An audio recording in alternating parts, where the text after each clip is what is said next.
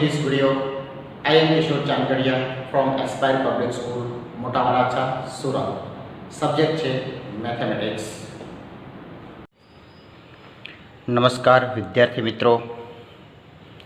આજે આપણે chapter number 6 પૂર્ણ કરી અને ચેપ્ટર નંબર 7 ભૂમિતિનું જ એક પ્રકરણ છે. ધોરણ 9 ગણિત પ્રકરણ નંબર 7 ત્રિકોણ.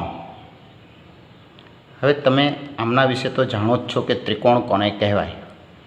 ત્રિકોણ એટલે 3 ખૂણા ધરાવતી કોઈ સમતલીય આકૃતિ. પરંતુ અહીં આપણે ભૂમિતિની રીતે વ્યવસ્થિત વ્યાખ્યા આપવાની છે.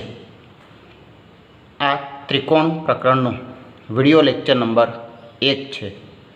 હવે સૌ પ્રથમ ત્રિકોણની વાત કરીએ આપણે તો ત્રિકોણ આગળનું પ્રકરણ જે ભણી ગયા રેખાઓ અને ખૂણાઓ, તેમના આધારે જો ત્રિકોણની આપણે વ્યાખ્યા આપવી હોય તો એમની વ્યાખ્યા કંઈક આવી બને છે. શું બને કે 3 પરસ્પર છેદતી રેખાઓ, 3 પરસ્પર છેદતી રેખાઓ. મિત્રો 3 પરસ્પર છેદતી રેખા એમનો મતલબ આવો થાય. સમજી લો કે એક રેખા આ છે જેને હું એલ કહું છું. બીજી રેખા આવી છે જેને હું એમ કહું છું અને ત્રીજી રેખા આવી છે તો એને હું એન કહું છું. તો એલ એમ એન આ 3 રેખાઓ પરસ્પર છેદે છે. દરેક રેખા છેદે છે. દરેક રેખા ઓછામાં ઓછી 2 ભિન્ન બિંદુઓમાં છેદે છે અને જે બંધ સમતલીય આકૃતિ બની, એટલે કે અહીંયા એ બિંદુમાં છેદી, આ બી બિંદુમાં અને આ સી બિંદુમાં, તો આ જે બંધ આકૃતિ બને છે તેમને તમે શું કહી શકો? ત્રિકોણ કહી શકો. તો વ્યવસ્થિત આમની વ્યાખ્યા એવી છે કે 3 પરસ્પર છેદતી રેખાઓથી બનતી, 3 પરસ્પર છેદતી રેખાઓથી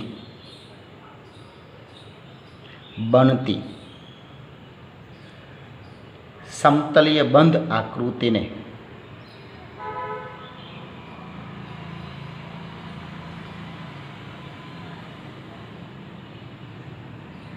ત્રિકોણ કહે છે. આ સિવાય તમે શું કહી શકો? તો કે બિંદુ લઈને પણ વ્યાખ્યા અપાય. બીજી વ્યાખ્યા શું છે? બિંદુઓને લઈને. જેમ અહીંયા 3 પરસ્પર રેખાઓ છેદી, તેમ 3 ભિન્ન અસમરેખ બિંદુઓને જોડતા બનતી બંધ સમતલીય આકૃતિને ત્રિકોણ કહેવાય. એક્સ, વાય ને ઝેડના માપો 3 ભિન્ન અસમરેખ બિંદુઓને પરસ્પર જોડતા બનતી બંધ આકૃતિને ત્રિકોણ કહેવાય. તો અહીંયા શું લખી શકાય? બીજી વ્યાખ્યા 3 ભિન્ન અસમરેખ બિંદુઓને જોડતા બનતી બંધ સમતલીય આકૃતિને ત્રિકોણ કહે છે.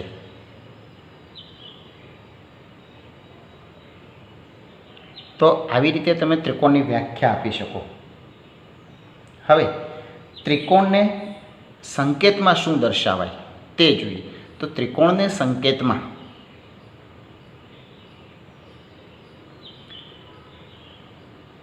સંકેત એટલે તેમની કોઈ આકૃતિ, સંકેતમાં આવો નાનો ત્રિકોણ બનાવો એટલે એનો સંકેત થઈ ગયો, વડે દર્શાવાય છે.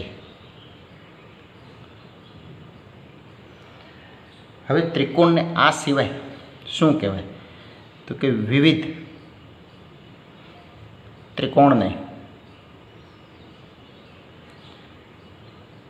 ત્રિકોણ ABC, ત્રિકોણ XYZ, ત્રિકોણ PQR વગેરે વડે દર્શાવી શકાય.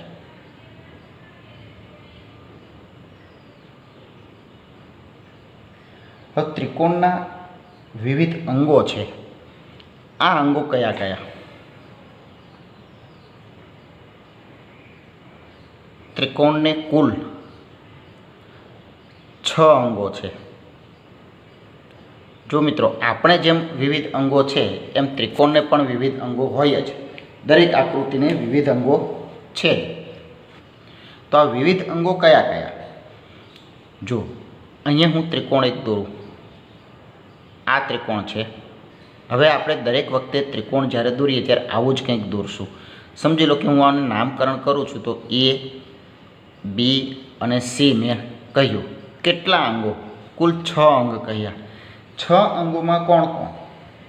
તો ત્રિકોણ ABC માટે તમારે લેવું હોય તો 3 બાજુઓ અને 3 ખૂણાઓ. તો બાજુઓ કઈ કઈ? તો 3 બાજુઓમાં રેખાખંડ AB, રેખાખંડ BC અને રેખાખંડ AC. એટલે કે AB, BC અને AC. આ જે 3 બાજુઓ છે એવી રીતે 3 ખૂણાઓ થાય. કયા કયા 3 ખૂણા? ખૂણો A, ખૂણો B અને ખૂણો C. એટલે કે ખૂણો A, ખૂણો B અને ખૂણો C. તો આ ત્રિકોણના વિવિધ અંગો એટલે કે 6 અંગો થયા કહેવાશે.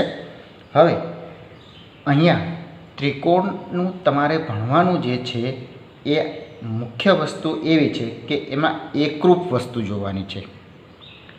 એકરૂપ એટલે શું? પાછળ તમારે પાછું સમરૂપ પણ આવશે શબ્દ. તો અત્યારે માત્ર આપણે એકરૂપની વાત કરીએ. એકરૂપ એટલે એવી આકૃતિઓ કે જેમના કદ અને આકાર, બરાબર ધ્યાન આપજો, કદ અને આકાર. કદ એટલે કે તેમનું માપ અને તેનો આકાર જો બંને સમાન હોય તો તેવી આકૃતિને એકરૂપ આકૃતિ કહેવાય. હવે અહીંયા એકરૂપ આકૃતિની વ્યાખ્યા લખીએ આપણે. એકરૂપ આકૃતિઓ. એકરૂપ આકૃતિઓ ત્રિકોણનું નથી કહેતો, પહેલાં માત્ર આકૃતિઓ વિશે જોઈએ કે એકરૂપ આકૃતિઓ કોને કહી શકાય તે. તો જે આકૃતિઓના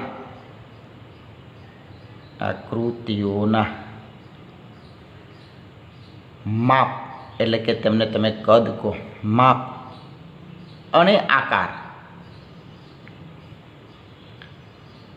બંને સમાન હોય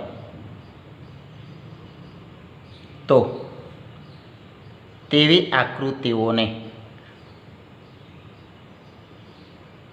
એકરૂપ આકૃતિઓ કહે છે.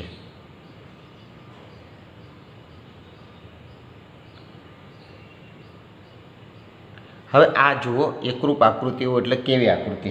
સમજી લો કે હું ત્રિકોણ વિશેની વાત કરું તો આ ત્રિકોણ જે છે એની બાજુમાં પણ એવો જ બીજો ત્રિકોણ છે. આ ABC ત્રિકોણ છે તો આ XYZ છે. તો આ બંને એકરૂપ આકૃતિ કહેવાય. તેવી જ રીતે હું સમજી લો કે વર્તુળ દોરું છું. આ એક વર્તુળ મેં દોર્યું, P કેન્દ્રિત વર્તુળ છે. આ બીજું વર્તુળ છે એ Q કેન્દ્રિત છે. તો આ બંને પણ એકરૂપ આકૃતિઓ કહેવાય. સમજી લો કે હું એક ચોરસની આકૃતિ દોરું છું તો આ ચોરસ અને આ ચોરસ તમે જુઓ તો દરેકના જે આકૃતિના માપ બંને સરખી છે. આ બાજુનું માપ 3 હશે તો XYનું માપ પણ 3 હશે.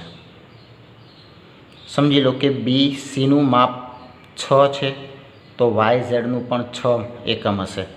ACનું માપ 5 એકમ છે તો XZનું પણ 5 એકમ જ હશે. P કેન્દ્રિત વર્તુળની ત્રિજ્યા જો 4 સેન્ટીમીટર હોય તો Q કેન્દ્રિતની પણ 4 સેન્ટીમીટર હશે. આ ચોરસની દરેક બાજુઓના માપ 3, 3, 3 સેન્ટીમીટર હશે તો બાજુમાં રહેલો ચોરસ પણ 3, 3, 3 સેન્ટીમીટરનો જ હશે. એનો મતલબ જે આકૃતિના માપ અને આકાર બંને સરખા હોય તો તે આકૃતિને એકરૂપ આકૃતિ કહેવાય. એક ત્રિકોણ અને એક વર્તુળ એકરૂપ આકૃતિ નથી. તેવી રીતે એક વર્તુળ અને એક ચોરસ પણ એકરૂપ આકૃતિઓ નથી. એક ત્રિકોણ અને એક ચોરસ પણ એકરૂપ આકૃતિઓ નથી. ટૂંકમાં જેમના માપ અને આકાર સમાન હોય તેવી જ આકૃતિઓને તમે એકરૂપ આકૃતિઓ કહી શકો. બરાબર. હવે આવા ત્રિકોણ વચ્ચેની કે આવી આકૃતિઓ વચ્ચેની સંગતતા જોવાની છે. સંગતતા એટલે તેમાંની એકરૂપતા, તેમાંની સમાનતા. આમને તમે શું કહીશું? સંગતતા. તો હું અહીંયા બે ત્રિકોણ લઉં છું. બે ત્રિકોણ આ ઉપર છે એને લઈ લઈએ તો ત્રિકોણ ABC અને ત્રિકોણ XYZ વચ્ચેની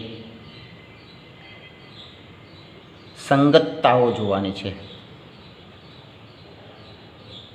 તો આવી સંગતતાઓ એટલે શું છે તે જુઓ. તો જોઈ લઈએ આપણે આ સંગતતાઓ શું છે તે. જો આ બે ત્રિકોણ છે, એમની સંગતતા હું જોઉં છું. તો પહેલાં હું લખીશ ABC. હવે સંગતતા એટલે બંને વચ્ચે આવી એક રેખા જેવી નિશાની, એમને આપણે સંગતતાની નિશાની કહીશું. ABC તો તેમની સામે આપણે XYZ લીધું. હવે ABC તેમના તેમ રાખું છું. જોજો ABC તેમના તેમ. હવે અહીંથી એક્સને તેના ત્યાં રાખવું, બદલવાના છે YZને, એટલે એ થઈ જશે ZY. આવી રીતે હજુ ABC તેમના તેમ 6 સંગતતા બનશે દરેક વચ્ચે. જો એક્સ પહેલાં હતો, અહીંયા પણ એક્સ પહેલાં, ZYના સ્થાન ફેરવા. હવે હું વાયને પહેલાં રાખું અને XZ લખીશ. ફરી પાછું તેવી જ રીતે જ ABC.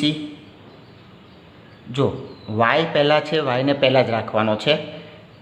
બદલશે, XZ હતા એ થઈ જશે ZX. તેવી રીતે ABC તેમના તેમ. હવે વારો આવ્યો ઝેડનો પ્રથમ, XY તેમના તેમ. તેવી જ રીતે ABC, ઝેડ ત્યાંના ત્યાં છે, YX. એટલે આવી કુલ 6 સંગતતા બની. ABC XYZ, ABC X તેમના તેમ, YZના સ્થાન ફેરવા. ABC Y પહેલાં, XZ લો, XZના સ્થાન કર્યા. તેવી રીતે Z પહેલાં, XYને, XYના સ્થાન બદલવાના. એટલે આવી જ્યારે સંગતતા તમને કહેલી હોય પ્રશ્નમાં કે ત્રિકોણ ABC અને ત્રિકોણ PQRની સંગતતાઓ લખો, તો તમારે પહેલો ત્રિકોણ એઝ ઇટ ઇઝ બધામાં મૂકી દેવાનો. ત્યાર પછીના ત્રિકોણનો પહેલો અક્ષર એટલે કે P લીધો હોય તો QRના સ્થાન, પછી Q લીધો હોય તો બાકીના બેના સ્થાન, અને છેલ્લે R લીધો હોય પ્રથમ તો બાકીના બેના સ્થાન બદલવા. હવે આ જે વાત થઈ એ આખા ત્રિકોણની સંગતતાની વાત છે. હવે ત્રિકોણના અંગોની સંગતતા જોવાની છે. શું કરવાનું છે? ત્રિકોણના અંગોની સંગતતા.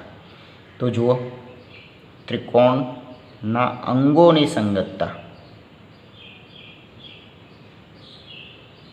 ત્રિકોણના કુલ કેટલા અંગો મિત્રો ઉપર તમે ભણી ગયા? કેટલા અંગો? 6 અંગો. જોયા? ત્રિકોણના 6 અંગો, 3 બાજુઓ અને 3 ખૂણાઓ. તો તેમના વચ્ચેની જ્યારે આપણે સંગતતા જોવી છે ત્યારે અહીંયા આમ ગણીએ તો 3 બાજુઓ, 3 ખૂણા અને 3 શિરોબિંદુઓ પણ કહી શકાય. શું કહી શકાશે? 3 શિરોબિંદુઓ. કયા કયા? તો ત્યારે શિરોબિંદુઓ હોય તો માત્ર બિંદુના નામ લખવાના છે. A, B અને C થશે. બરાબર છે? તો હવે આ સંગતતા વિશે આપણે અંગોની સંગતતા છે તે જોઈએ.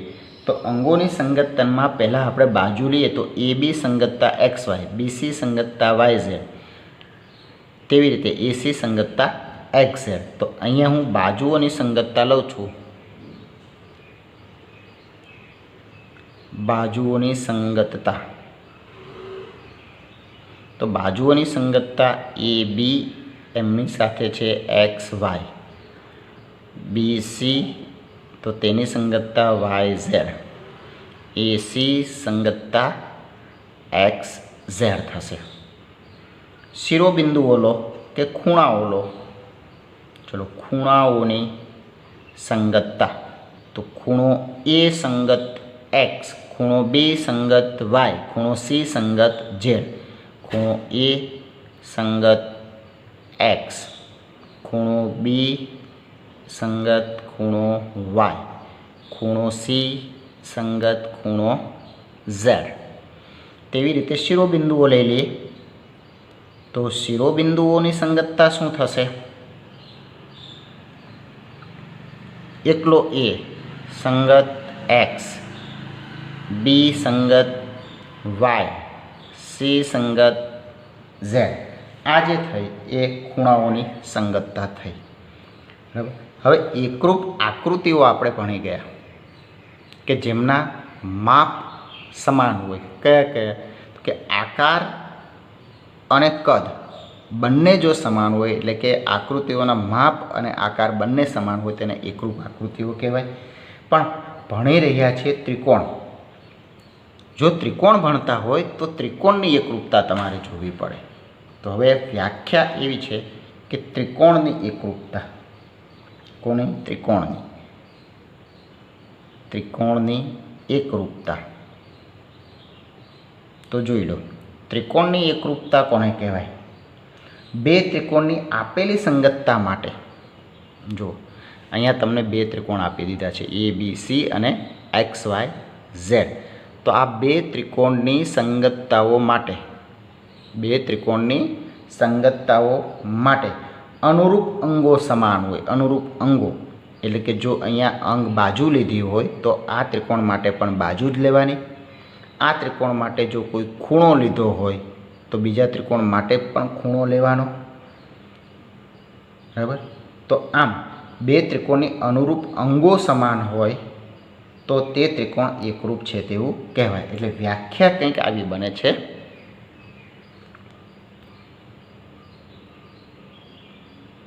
શું બનશે વ્યાખ્યા? બે ત્રિકોણની આપેલી સંગતતા માટે, બે ત્રિકોણની આપેલી સંગતતા માટે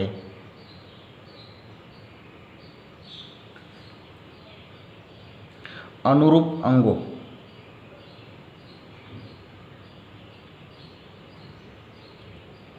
સમાન હોય તો તે બે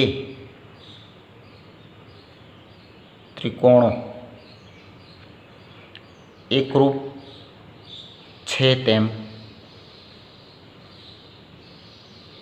કહેવાય. બરાબર. એટલે કે તેમના અનુરૂપ અંગો સરખા હોય તો એને એકરૂપ. હવે અહીંયા આપણે જોઈએ કે ત્રિકોણ એબીસી અને એક્સ વાય માટે કયા કયા અંગો જે છે તેની સંગતતા સમાન છે તે એક વખત જોઈ લઈએ આપણે. જો અહીંયા એક ત્રિકોણ હું લઉં છું, ત્રિકોણ એ બી સી, અને ત્રિકોણ એક્સ વાય ઝેડ માટે, એબીસી અને એક્સ વાય ઝેડ માટે આપણે લઈએ તો આમના માટે અનુરૂપ સંગતતા કઈ છે તે? તો અનુરૂપ અંગોની સંગતતાઓ. આવી સંગતતાઓ આપણે છે નીચે તે જોઈ લઈએ કઈ કઈ છે તે. તો સૌપ્રથમ અનુરૂપ અંગોની સંગતતા સમાન હોય તેવું કયું છે? તો સૌપ્રથમ આપણે બાજુઓ માટે લઈએ તો બાજુઓ જે છે એ કઈ થાય? તો કે એ બી બરાબર હોવું જોઈએ એક્સ વાય, બીસી બરાબર હોવું જોઈએ વાય ઝેડ. આના પરથી જ લખાય એ બી બરાબર એક્સ વાય, બીસી બરાબર વાય ઝેડ, એસી બરાબર એક્સ ઝેડ, એસી બરાબર એક્સ ઝેડ. આ બાજુ માટે થયું. હવે ખૂણાઓ માટે લેવું હોય તમારે તો ખૂણાઓ કયા કયા થાય? તો ખૂણો એ બરાબર ખૂણો એક્સ, ખૂણો બી બરાબર ખૂણો વાય, ખૂણો સી બરાબર ખૂણો ઝેડ, ખૂણો એ બરાબર ખૂણો એક્સ, ખૂણો બી બરાબર ખૂણો વાય, ખૂણો સી બરાબર ખૂણો ઝેડ. તો આ ખૂણાઓની થઈ, બરાબર. અહીંયા શિરોબિંદુઓ આવશે નહીં. તો આવી જે છે સંગતતા સમાન છે. તો એબીસી સંગતતા એક્સ વાય ઝેડ એકરૂપતા છે તેવું કહેવાય. એકરૂપતા છે તેમ કહેવાય. પડી સમજ? હવે આમને સંકેતમાં આપણે લખવું હોય તો દરેકને ગણિતની અંદર સંકેત છે મિત્રો. તો એમને જો સંકેતમાં લખવું હોય તો આવું લખાશે એ બી સી એકરૂપ. જો બે બરાબરના લાંબા લીટા કરવાનો અને તેની ઉપર આવી સર્પિલાકાર કરવાનો એટલે એબીસી એકરૂપ એક્સ વાય ઝેડ કહેવાશે. જેમ આમને આપણે શું કહીએ છીએ એબીસી સંગતતા એક્સ વાય ઝેડ. તો આ થઈ એકરૂપતા. હવે આવા ત્રિકોણની એકરૂપતાની કેટલીક શરતો છે. એકરૂપતાની શરતો કઈ કઈ છે તે જોઈએ. એકરૂપતાની શરતો કઈ કઈ શરતો પ્રમાણે એ ત્રિકોણો છે તે એકરૂપ થાય તેવું. તો એમના માટે આપણે કુલ 3 શરતો જોવાની છે. એ 3 શરતોમાંની પહેલી શરત જે છે એ શરત છે બા ખૂ બા. જો ટૂંકું નામ છે બા ખૂ બા, જેમને કહેવાશે બાજુ ખૂણો બાજુ. શું કહેવાશે? બાજુ ખૂણો બાજુ. બાજુ ખૂણો બાજુ એમની સૌ પ્રથમ આપણે જો વ્યાખ્યા લખીએ તો આ ત્રિકોણની વ્યાખ્યા એટલે કે બે ત્રિકોણની વ્યાખ્યા એટલે કે બા ખૂ બા શરત કે બા ખૂ બા એકરૂપતાની શરત ને વ્યાખ્યા સ્વરૂપે અથવા તો પૂર્વધારણા સ્વરૂપે શું લખાય? જો બે ત્રિકોણ માટે એક ત્રિકોણની બે બાજુઓ અને અંતર્ગત ખૂણા એ બીજા ત્રિકોણની અનુરૂપ બાજુઓ અને અંતર્ગત ખૂણાને સમાન હોય તો તે બે ત્રિકોણ એકરૂપ થાય તેવું કહેવાય. ફરીથી જુઓ, પહેલાં લખી નાખીએ વ્યાખ્યા અને પછી તમને સમજાવું. અથવા તો અહીંયા બે આપણે આકૃતિ દોરીએ. આ બંને આકૃતિઓ માટે જ આપણે સમજશું દરેક વખતે. તો અહીંયા આકૃતિ દોરું છું હું. આ ત્રિકોણ એક્સ વાય અને ઝેડ છે. આ બીજો ત્રિકોણ છે એ છે સમજી લો પી ક્યુ અને આર. આપણી પાસે આ બે ત્રિકોણ છે એક્સ વાય ઝેડ અને પી ક્યુ આર છે. સૌ પ્રથમ બા ખૂ બા શરત પ્રમાણે જોઈએ. જો બે ત્રિકોણ માટે વ્યાખ્યા લખી કાઢું. જો બે ત્રિકોણ માટે એક ત્રિકોણની બે બાજુઓ અને તેમનો અંતર્ગત ખૂણો એ બીજા ત્રિકોણને કોણના અનુરૂપ બાજુઓ અને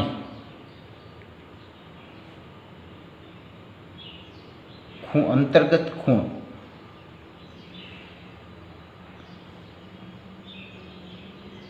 ખૂણાને સમાન હોય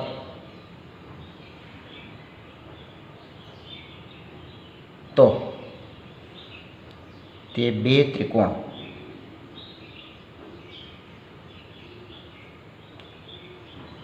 એકરૂપ છે તેમ કહેવાય. જો હવે આકૃતિ પરથી જોઈએ આપણે.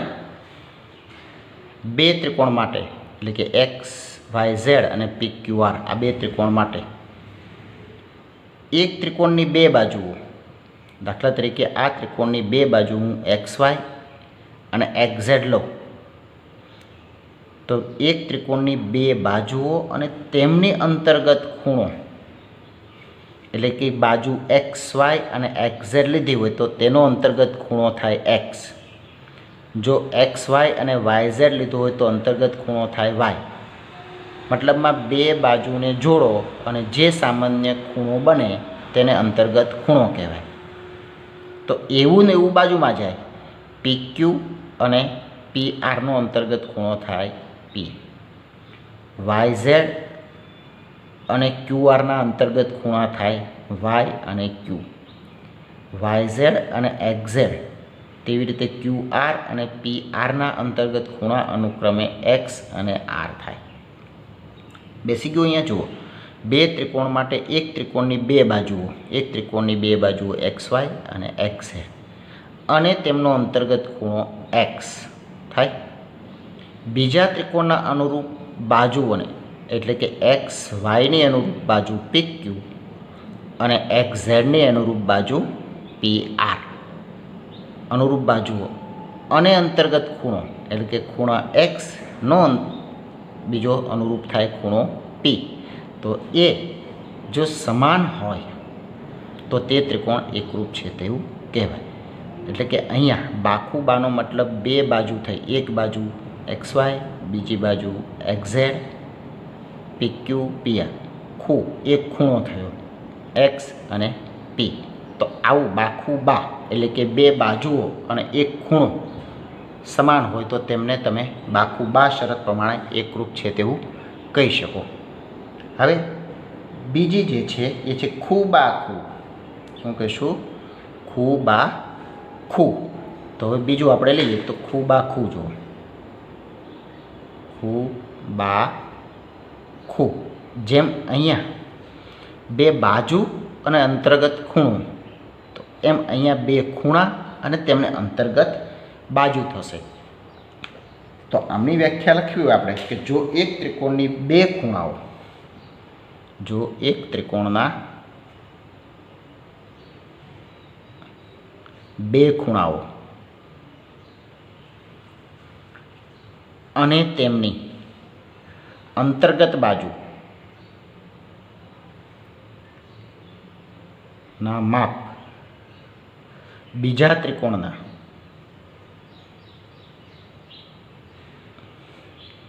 બે ખૂણા અનુરૂપ ખૂણાઓ અને અંતર્ગત બાજુ ના માપ સમાન હોય તો તે બે ત્રિકોણો એકરૂપ છે તેમ કહેવાય. જોઈ લો ફરી. એક ત્રિકોણના બે ખૂણા, સમજી લો કે એક્સ વાય ઝેડના બે ખૂણા તરીકે હું એક્સ અને વાય લઉં છું. તો બીજા ત્રિકોણના અનુરૂપ ખૂણા શું થાય? પી અને ક્યુ થાય. એક્સ વાયની અંતર્ગત બાજુ એક્સ વાય અને પી ક્યુની અંતર્ગત બાજુ પી ક્યુ થયું. એટલે બે ખૂણા અને અંતર્ગત બાજુ એ સમાન હોય તો આમાં થોડુંક જો લખીએ આપણે તો આવું હું લખું કે ખૂણો એક્સ બરાબર ખૂણો પી, ખૂણો વાય બરાબર ખૂણો ક્યુ. તો બે ખૂણાની અંતર્ગત બાજુ થઈ એક્સ વાય બરાબર પી ક્યુ. આવું થાય. આમના માટે તમારે લખવું હોય ઉપરના માટે બાખુબા, તો બે બાજુ આપણે ધારો કે લીધી એક્સ વાય બરાબર પી ક્યુ અને એક્સ ઝેડ બરાબર પી આર, ત્યારે એમને અંતર્ગત ખૂણો હતો એક્સ બરાબર ખૂણો પી. થયું આવું? તો અહીંયા બે ખૂણા અને એક બાજુ છે. ત્રીજી શરત છે, સમજ પડી ગઈ આમાં? આવી જ રીતે તમે જરા જોશો એટલે ખ્યાલ આવશે. ખૂબા. આ શરતમાં શું છે? બે ખૂણા અને એક બાજુ. બાખુબા હતું તો એમાં એવું છે કે બે ખૂણા એની અંતર્ગત વચ્ચે છે એટલે અંતર્ગત અહીંયા બા અને અંતર્ગત ખૂણો છે. જ્યારે અહીંયા બે ખૂણા પહેલાં આવી જાય છે પછી બાજુ આવે છે. તો આમને આપણે જોઈએ જરા. તો એ માટે આવું છે બા શરત. જો ખૂણાની બે જોડ, જો ખૂણાની બે જોડ અને અનુરૂપ બાજુઓની એક જોડ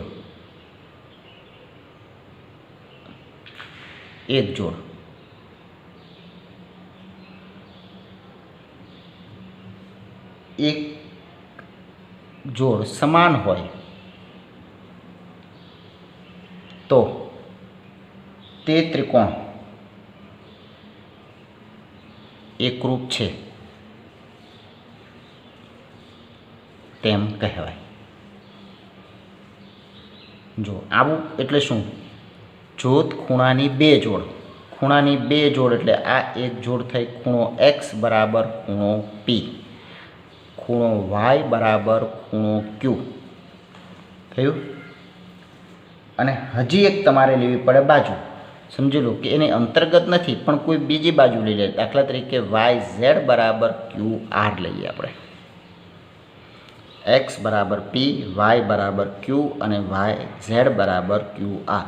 જો ખૂણાની બે જોડ અને અનુરૂપ બાજુની એક જોડ, અનુરૂપ બાજુ એટલે તમે અહીંયા YZ લીધી હોય તો સામે QR જ લેવું પડે.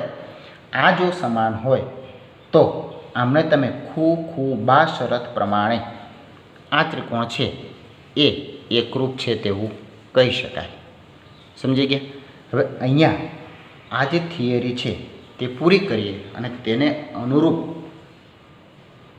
તેમને અનુરૂપ જે દાખલાઓ છે કે જે સંગતતાઓ છે એ હવે પછી આપણે જોઈશું.